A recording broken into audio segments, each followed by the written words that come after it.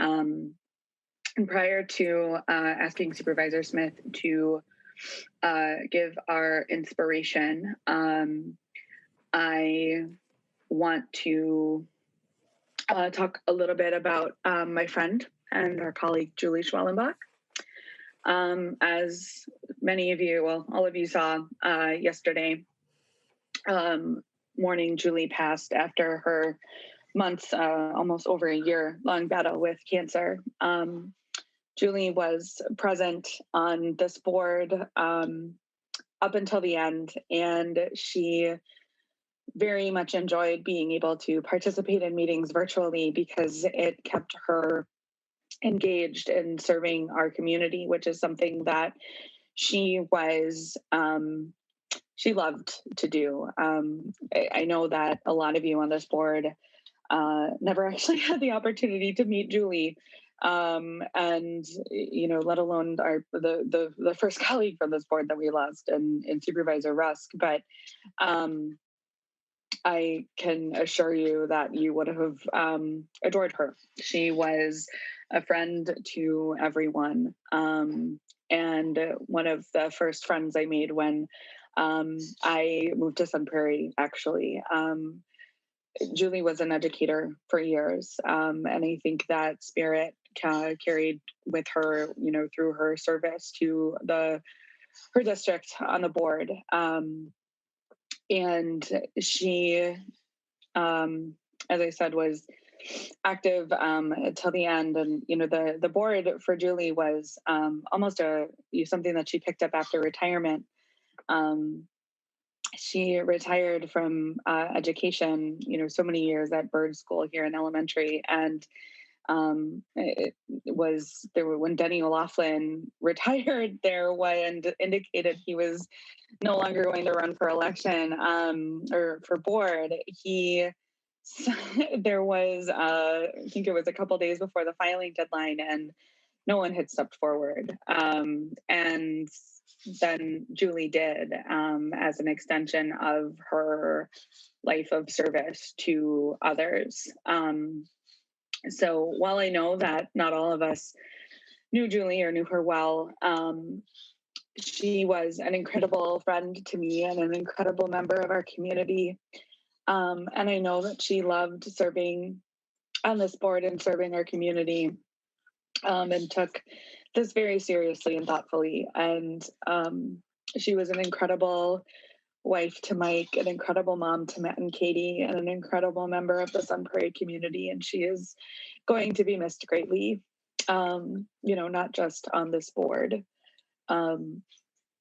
If anyone needs anything, by all means, please reach out to me, to staff.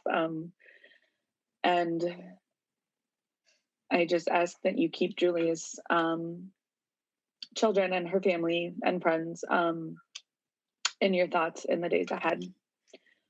And with that, I'm going to ask Supervisor Smith for tonight's inspiration and to lead us in the pledge. Thank you, Chair. So as I was thinking about what my inspirational message would be for this week, I was thinking about the way that I try to center my leadership and where I find peace and guidance. And it is in thinking about the ways that I can center my work in love. And I have been a part of this body for just over a year now. And in that time, I've already faced the tragedy of losing two of our colleagues. And I am so sorry for the loss that many of you have personally experienced. And I lament the loss felt by the entire community. It's been a strange exercise in grief to determine how best I can acknowledge and mourn the passing of people that I never had the joy of meeting. I am instead mourning the loss of an opportunity we may have had to connect, to find community, to learn from their leadership, and to experience their example of leading with love. I've seen love as a verb in the work of many on this board, and I think it is clear from what I've learned and the words that the chair just shared that Supervisor Schwellenbach exemplified leading with love in action. I try to center my work in both love and justice because, as Bell Hooks said, there cannot be one without the other. Love is a choice and an action and a necessary component of change, and love can be revolutionary. I think many on this board and many who have since left this board have proven that.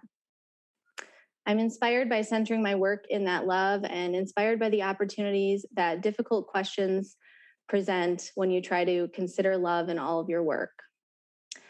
In the work of this board, I think about how this body could center love without glossing over or dismissing the real damage that people have either committed or experienced, and how this body can create space for anger and disappointment without turning against each other and working toward our common agreements and goals.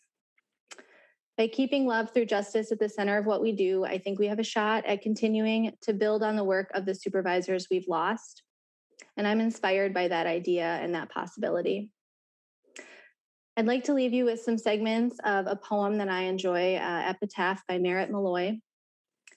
I want to leave you something better than words or sounds.